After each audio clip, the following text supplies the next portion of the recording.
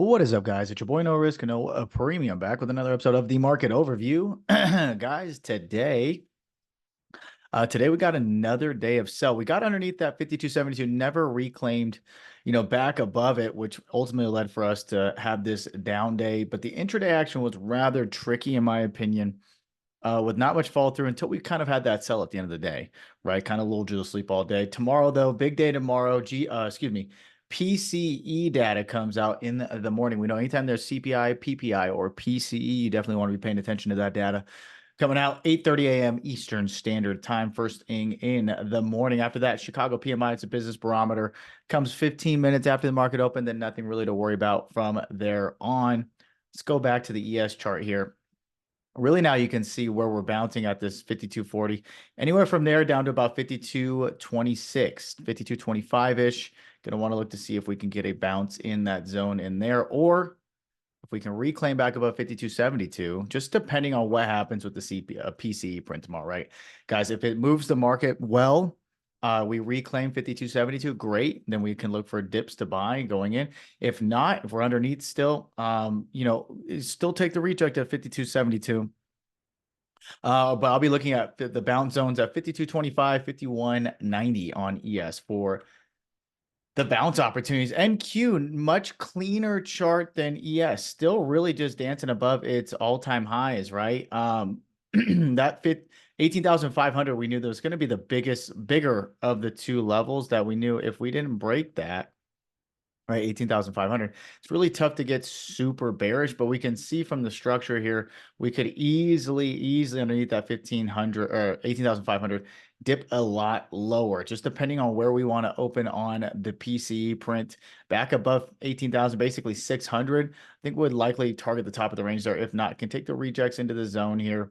Much further down levels, 18,350, 18,050 would be the next level underneath there. So few levels to trade around. 18,500 has to give for 18,350 and 18,050. Looking at the SPY chart here now, zooming this thing in. Let's get rid of the rectangle because that gap, right, is filled. But we can see where we're coming down to is our bounce zone 520, right? 520 is going to be a bounce zone in here. We can see we kind of balanced out before we ripped up to new highs. So I would fully anticipate a bounce in this zone down here at about 520. Should we get down there, have to reclaim back above 526 really for me to think the bulls are going to take this thing back on up and into highs. I'm going to get rid of this level here because of this balance that played out. Now, if we reclaim this high, more than likely we would just want to target 51.31 or 531 and above. But it's all about this 520 bounce zone in here. Let's see if that can hold for tomorrow going into the CPI print. Gap up, have to get back above 526. If we don't, look for the reject at 526, open up above 526 and take a micro dip by, if not 520, 518, 515 are the levels you want to watch to the downside. Looking at QQQ here now, still keeping more bullish structure than SPY is, still above all-time highs, right? So we can get as low as 449, right? That's previous all-time highs. 449 is that big level. Don't want any lower than that for the bull side trade. You guys can see the 20 SMA, 21 EMA kind of converging, getting right up into this 449. So all confluence in there. Just really depends where we're going to open up tomorrow. Like I keep on saying, CPI, or excuse me, PCE print, is tomorrow. So I full anticipate 449 to 449.50 to hold tomorrow. If it does, great. Can look for a move. If we open up back above 451, could easily see a move back to 455, just depending where we open. Okay, over 455, target brand new highs from there. Absolutely.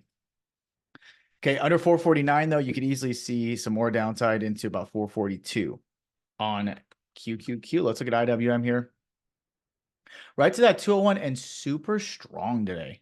Super strong. So rotation into small, Russell 2000 small caps. Wow. SPY and Qs kind of get beat up a little bit. We could easily see this. So if we hold 203 tomorrow into Friday, I would like to see a move back to 207. If we do sell off, I will be eyeing the dip buy into the 200 gap on the daily. You guys can see it here.